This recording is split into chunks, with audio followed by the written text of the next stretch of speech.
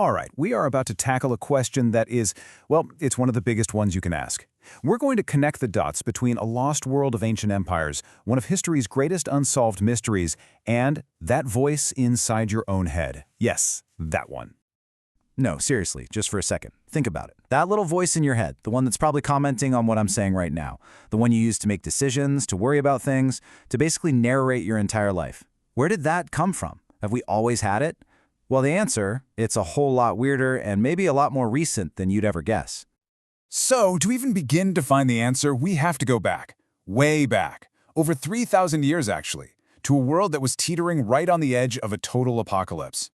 This is what historians call the Late Bronze Age collapse. And listen, this isn't just some dusty old historical event. It's a real-deal cold case. An entire, thriving chapter of human civilization was just wiped off the map. And for centuries, nobody had a clue why. And before this collapse, the world was anything but primitive. I mean, look at this. We're talking about a vibrant, interconnected, almost globalized society. You had these massive empires, right? The Hittites, the Mycenaeans in Greece, the Egyptians, they were all linked up by these incredibly complex trade routes. Kings were writing letters to each other, trading artists, arranging royal marriages. It was a sophisticated, bustling world. And then, it all burned. In the span of maybe a single lifetime, the whole thing just came crashing down. It was sudden, it was violent, and it was nearly total. From Greece all the way to Mesopotamia, these magnificent cities and palaces, just fire and ruin. I mean, the scale of this destruction is just, it's hard to wrap your head around. Archaeologists find these clay tablets, literally baked hard in the fires that destroyed the palaces, with these desperate final messages asking for help that never arrived. Whole systems of writing just vanished. The trade in copper and tin, the absolute lifeblood of the Bronze Age, it just stopped, dead in its tracks. And you get these chilling accounts from Egypt about these mysterious invaders they called the Sea Peoples, who seemed to come from nowhere and left nothing but chaos behind. A dark age fell over the world for centuries. Okay, so a total societal collapse 3,000 years ago. What on earth does that have to do with the voice in your head? Well, this is where our story takes a really sharp turn, away from the ruins of the past and into the landscape of the human mind.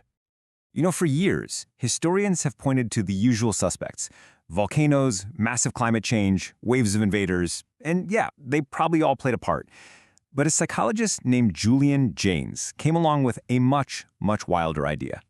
What if the real collapse happened inside their heads? What if the catastrophe wasn't just about cities falling, but about a fundamental change in how human beings even thought? He called his theory the bicameral mind. Bicameral just means two chambers. And the basic idea is this: ancient human minds were literally split in two. One part, over in the right hemisphere, would generate auditory hallucinations, basically voices. The other part, in the left hemisphere, would just listen and obey, without question. So get this, instead of thinking to yourself, I should probably go to battle now, a person back then would literally hear the voice of a god or their dead ancestor or their king commanding them, "Go to battle!" Okay, I know. That sounds completely bonkers. But Jaynes was convinced the proof was hiding in plain sight, right there in the stories and art these ancient people left for us. Take something like the Iliad, one of the oldest stories we have. The characters in it, they don't really think for themselves. They don't sit around weighing the pros and cons of a decision. Achilles doesn't have an internal debate and then decide to get angry. Nope.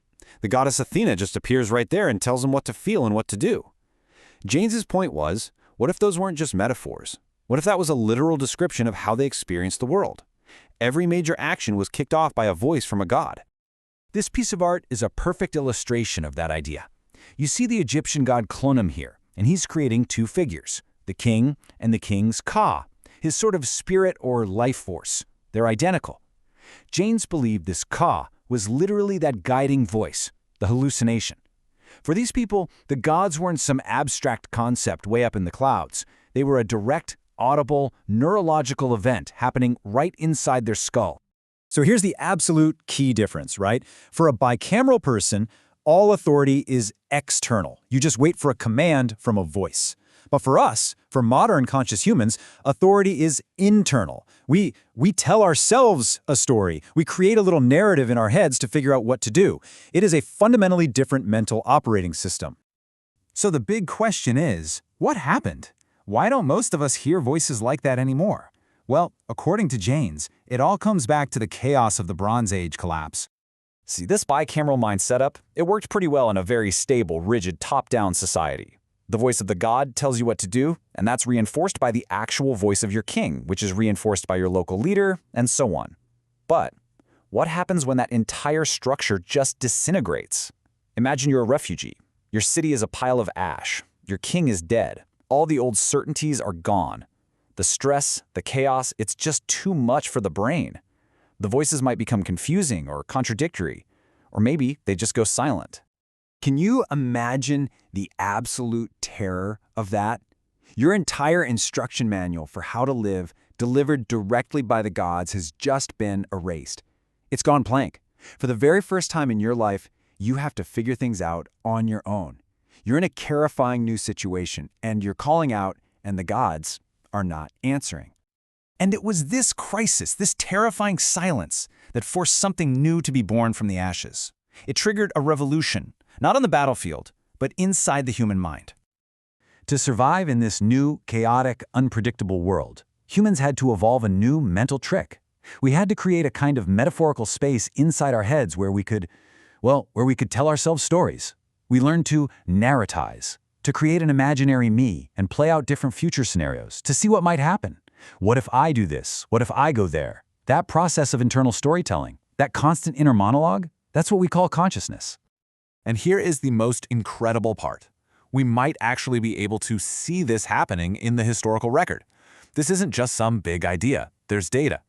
Some researchers use data science to comb through ancient texts and just count how often words related to introspection pop up. Words for self, mind, thought, that kind of thing. And just look at this chart.